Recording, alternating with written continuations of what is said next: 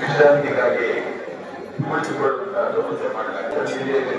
ನಮ್ಮದನ್ನ ನಿಮ್ಮನ್ನ ಸೇವೆಗೆ ಬಿಡುವಂತ ವ್ಯವಸ್ಥೆ ಮಾಡಲಾಗಿದೆ.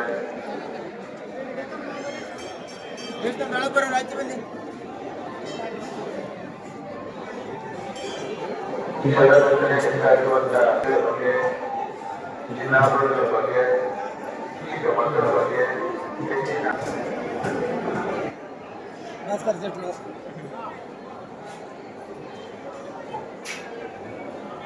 ಸುಮ್ಮನೆ ನಿಂತಿದ್ದಾರೆ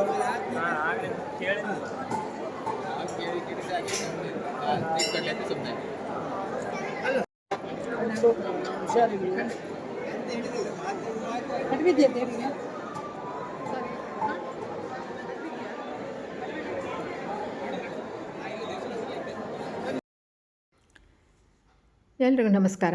ಹಾಗೆ ನಾನಿವತ್ತು ಮಂದರ್ತಿಯ ಗಂಡ ಸೇವೆದ ವೀಡಿಯೋನ ಹಾಕ್ತಾಯಿದ್ದೀನಿ. ಇದು ಪಾರ್ಟ್ 1 ಮಾಡಿದ್ದೀನಿ. ವೀಡಿಯೋ ದೊಡ್ಡದಾಗಿರೋದ್ರಿಂದ ಪಾರ್ಟ್ 1 ಪಾರ್ಟ್ 2 ಮಾಡ್ತೀನಿ. ಇಲ್ಲಿ ನೋಡಿ ಹೂವಿನ ಅಲಂಕಾರ ಎಷ್ಟು ಚೆನ್ನಾಗಿ ಮಾಡಿದ್ದಾರೆ ನೋಡಿ, ಸುಂದರವಾಗಿದೆ. ಆ ಹೂವಿನ ಅಲಂಕಾರ ಮಾಡಿರೋದೇ ಒಂದು ಚಂದ. ಹಾಗೆ ನಾನು ಗಂಡದ ವೀಡಿಯೋ ಮಾಡೋದಕ್ಕೆ ಪರ್ಮಿಷನ್ ತೊಗೊಂಡಿದ್ದೆ. ನನಗೆ ಪರ್ಮಿಷನ್ ಸಿಕ್ಕಿತ್ತು ವೀಡಿಯೋ ಮಾಡೋದಕ್ಕೆ. ಹಾಗೆ ನಾನು ಮೊದಲನೇ ದಿನವೇ ಫೋನ್ ಮಾಡಿ ಪರ್ಮಿಷನ್ ತೊಗೊಂಡು ಮಾರನೇ ದಿನ ಮತ್ತೆ ಪರ್ಮಿಷನ್ ತೊಗೊಂಡಿದ್ದೆ. ಅಂದರೆ ದೇವಸ್ಥಾನಕ್ಕೆ ಬಂದನಲ್ಲ ಗಂಡದ ವೀಡಿಯೋ ಮಾಡೋದಕ್ಕೆ, ಆಗ ಮತ್ತೆ ಪುನಃ ಪರ್ಮಿಷನ್ ತೊಗೊಂಡಿದ್ದೆ ಹೇಳಿ ಕೇಳಿಬಿಟ್ಟು. ನಂತರ ಇಲ್ಲಿ ನಾನು ಗರ್ಭಗುಡಿ ಒಳಗಡೆ ತಾಯಿಯ ದೇವಸ್ಥಾನದ ತಾಯಿ ಗರ್ಭಗುಡಿಯ ತಾಯಿ ಅಲಂಕಾರ ಹೇಗಿತ್ತು ಅನ್ನೋದನ್ನು ವೀಡಿಯೋ ಮಾಡೋಣ ಅಂತ ಹೇಳ್ಬಿಟ್ಟು ಒಳಗಡೆ ವೀಡಿಯೋ ಮಾಡೋದಕ್ಕೆ ಹೋಗಿದೆ. ಆದರೆ ಗಂಡದ ವೀಡಿಯೋ ನಾನು ಮಾಡಲಿಲ್ಲ. ನಂತರ ಪರ್ಮಿಷನ್ ತೊಗೊಂಡಿದ್ದೆ ಬಿಟ್ಟರೆ ಮತ್ತು ಗಂಡದ ವೀಡಿಯೋ ಮಾಡೋಕ್ಕೆ ಹೋಗಲಿಲ್ಲ. ಹಾಗೆ ನೋಡಿ ಈ ಥರ ಒಳಗಡೆ ಎಷ್ಟು ಚಂದ ಅಲಂಕಾರ ಮಾಡಿದ್ದಾರೆ ಅಂದರೆ ನೀವೇ ನೋಡಿ ಅಷ್ಟು ಸುಂದರವಾಗಿತ್ತು ಆ ಅಲಂಕಾರಗಳ. ಆ ಹೂವಿನ ಜೋಡಣೆ ಜೋಡಿಸಿದೆಯಲ್ಲ ಅದೆಷ್ಟು ಚೆನ್ನಾಗಿತ್ತು. ಹಾಗೆ ಇಲ್ಲಿ ಸ್ವಲ್ಪ ವೀಡಿಯೋ ನಿಲ್ಲಿಸಿದೆ ಅಂದರೆ ನಾನು ಅಲ್ಲಿ ಬಾಗಿಲ ಹತ್ರ ನಿಂತಿದ್ರಲ್ಲ ಅವ್ರ ಹತ್ರ ಒಂಚೂರು ಮಾತಾಡ್ತಾ ಇದ್ದೆ, ಹಾಗಾಗಿ ಅಲ್ಲಿ ಚೂರು ವೀಡಿಯೋ ಇದಾಯಿತು ನೋಡಿ. ನೋಡಿ ಒಂದೊಂದು ಕಂಬದಕ್ಕೂ ಹೂವಿನ ಅಲಂಕಾರ ಯಾವ ಥರ ಇತ್ತು. ತಾಯಿಯ ದ್ವಾರ ಬಾಗಿಲ ಅಂದರೆ ಗರ್ಭಗುಡಿ ಆ ಬಾಗಿಲ ಮೇಲ್ಗಡೆ ಹೂವಿನ ಅಲಂಕಾರ. ನಂತರ ಮೇಲ್ಭಾಗ ತಾಯಿಯ ಆ ದೇವಸ್ಥಾನದ ಮೇಲ್ಭಾಗದಲ್ಲಿ ಆ ಹೂವಿನ ಅಲಂಕಾರ ನೋಡಿ. ಇದೆಲ್ಲ ಯಾವ ಥರ ಅಲಂಕಾರ ಮಾಡಿದ್ರು ಅನ್ನೋದು ಎಷ್ಟು ಚೆನ್ನಾಗಿ ಕಾಣಿಸ್ತಾ ಇದೆ. ನಾನು ಮೊದಲು ವೀಡಿಯೋ ಮಾಡಿದ್ದೀನಿ, ಗಂಡ ತೊಳೆಯುವಂಥ ವೀಡಿಯೋ ಮಾಡಿದ್ದೀನಿ. ಆವಾಗ ಪಾಸ್ ಎಲ್ಲ ಮಾಡಿದ್ರು. ಈ ಸಲ ಪಾಸ್ ಇರಲಿಲ್ಲ, ಹಾಗೆ ಪರ್ಮಿಷನ್ ತೊಗೊಂಡಿರುವಂಥದ್ದು. 2 ವರ್ಷದ ಹಿಂದೆ ಮಾಡಿರುವಂಥದ್ದು ವೀಡಿಯೋ ನಾನು ಗಂಡ ಸೇವೆದು. ನಾನು ಮಂದರ್ತಿ ಹಬ್ಬದ ಎಲ್ಲದೂ ವೀಡಿಯೋ ಮಾಡಿದ್ದೀನಿ. ದೀಪೋತ್ಸವದ ಮಾಡಿದ್ದೀನಿ, ಆಮೇಲೆ ಗಂಡ ಸೇವೆದು ವೀಡಿಯೋ ಮಾಡಿದ್ದೀನಿ, ನಂತರ ರಥೋತ್ಸವದ ವೀಡಿಯೋ ಮಾಡಿದ್ದೀನಿ. ಎಲ್ಲ ಅಂದರೆ 2 ವರ್ಷದ ಹಿಂದೆ ಎಲ್ಲ ಮಾಡಿರುವಂಥದ್ದೇ. ಹಾಗಾಗಿ ಈ ಸಲ ನಾನು ಗಂಡ ಸೇವೆದು ವೀಡಿಯೋ ಮಾತ್ರ ಮಾಡಿದ್ದೆ.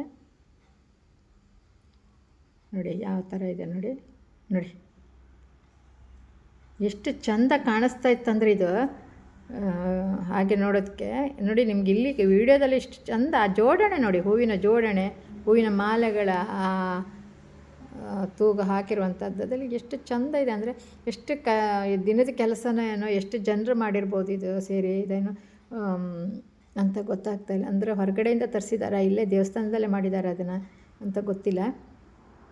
ಮತ್ತು ಈ ತಾಯಿ ಹುತ್ತದ ರೂಪದಲ್ಲಿ ನೆಲೆಸಿರುವಂಥದ್ದು. ಎದುರುಗಡೆ ಇರುವ ತಾಯಿಯ ಮೂರ್ತಿಯ ಹಿಂಭಾಗದಲ್ಲಿ ದೊಡ್ಡದಾದ ಹುತ್ತ ಇದೆ. ನಿಮಗೇನಾದರೂ ನೋಡ್ಬೇಕನ್ನಿಸಿದರೆ ಅಂದರೆ ಮುಂದ್ಗಡೆಯಿಂದ ನಿಮ್ಗೆ ಗೊತ್ತಾಗಲ್ಲ ಅಷ್ಟೇ, ಹಿಂದ್ಗಡೆ ನಿಂತಾಗ ತಾಯಿಯ ಗರ್ಭಗುಡಿ ಇದೆಯಲ್ಲ ಅದ್ರ ಹಿಂಭಾಗ ನೀವು ಸುತ್ತು ಬರ್ತೀರಲ್ಲ, ಆವಾಗ ಹಿಂಭಾಗದಲ್ಲಿ ಸ್ವಲ್ಪ 4 ಹೆಜ್ಜೆ ಹಿಂದೋಗಿ, ನೀವು ಸುತ್ತ ಹಾಕ್ತಾ ಬರ್ತೀರಲ್ಲ ಆಗ ಹಿಂದ್ಗಡೆ 4-8 ಹೆಜ್ಜೆ ಹಿಂದೆ ಹೋಗಿ ಮೇಲ್ಭಾಗಕ್ಕೆ ನೋಡಿ, ತಾಯಿಯ ಗರ್ಭಗುಡಿಯಿಂದ ಮೇಲ್ಭಾಗಕ್ಕೆ ನೋಡಿ, ಆಗ ನಿಮಗೆ ಹುತ್ತ ಕಾಣಿಸುತ್ತೆ ಅಲ್ಲಿ. ಇದು ತಾಯಿ ಎದುರುಗಡೆ ಇರುವಂಥದ್ದು ವೀರಭದ್ರ ಸ್ವಾಮಿ. ಇಲ್ಲಿ ನೋಡಿ ಎಷ್ಟು ಚೆಂದ, ಈ ಅಲಂಕಾರ ನೋಡೋದಕ್ಕೆ ಎಷ್ಟು ಚೆಂದ ಆಗ್ತಾಯಿದೆ ಅಂದರೆ ಖುಷಿಯಾಗತ್ತೆ. ಅಂದರೆ ಮಕ್ಕಳಿಗೆಲ್ಲ ತುಂಬ ಖುಷಿ, ಹಬ್ಬ ಅಲ್ವಾ, ಮಕ್ಕಳಿಗೆ ತುಂಬ ಇಷ್ಟ ಆಗುತ್ತೆ. ಹಾಗೆ ನಾವು ಚಿಕ್ಕವರಿದ್ದಾಗ ಸಹ ತುಂಬ ಸಂತೋಷ ಪಡ್ತಾಯಿದ್ವಿ ಈ ಹಬ್ಬ ಬಂದಾಗೆಲ್ಲ. ನೋಡಿ ಇಲ್ಲಿ ಮತ್ತೆ ನೋಡಿ,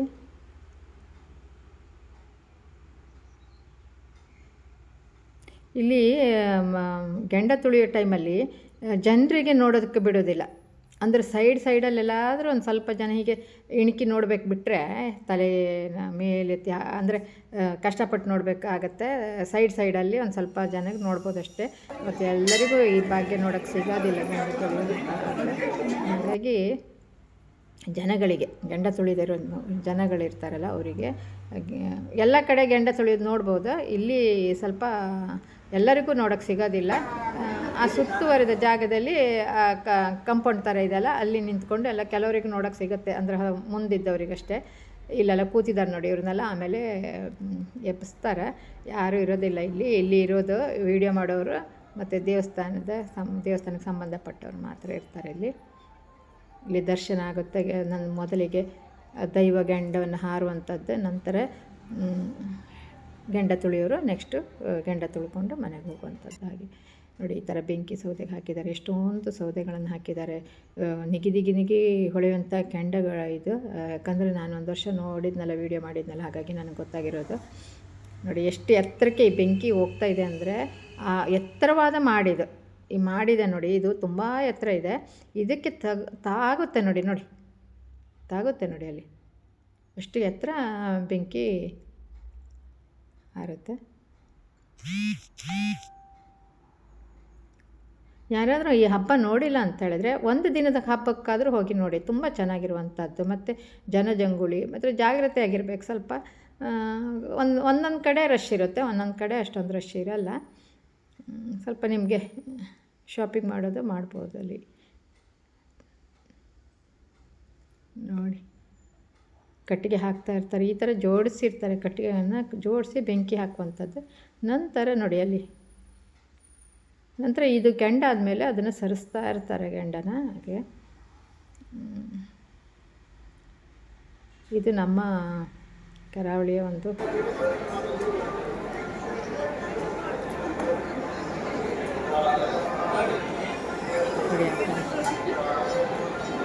ನಮ್ಮ ಕಡೆ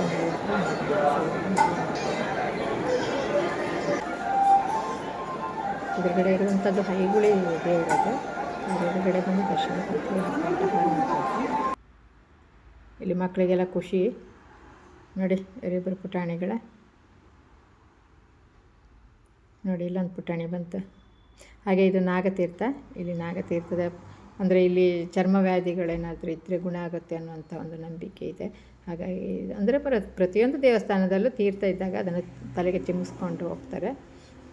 ಹಾಗೆ ನಾನು ಸಹ ತಲೆಗೆ ತೀರ್ಥವನ್ನು ಪ್ರೋಕ್ಷಣೆ ಮಾಡ್ಕೊಳ್ಳೋಣ ಅಂತ ಹೇಳ್ಬಿಟ್ಟು ನಾಗತೀರ್ಥದ ಕಡೆ ಹೊರಟೆ.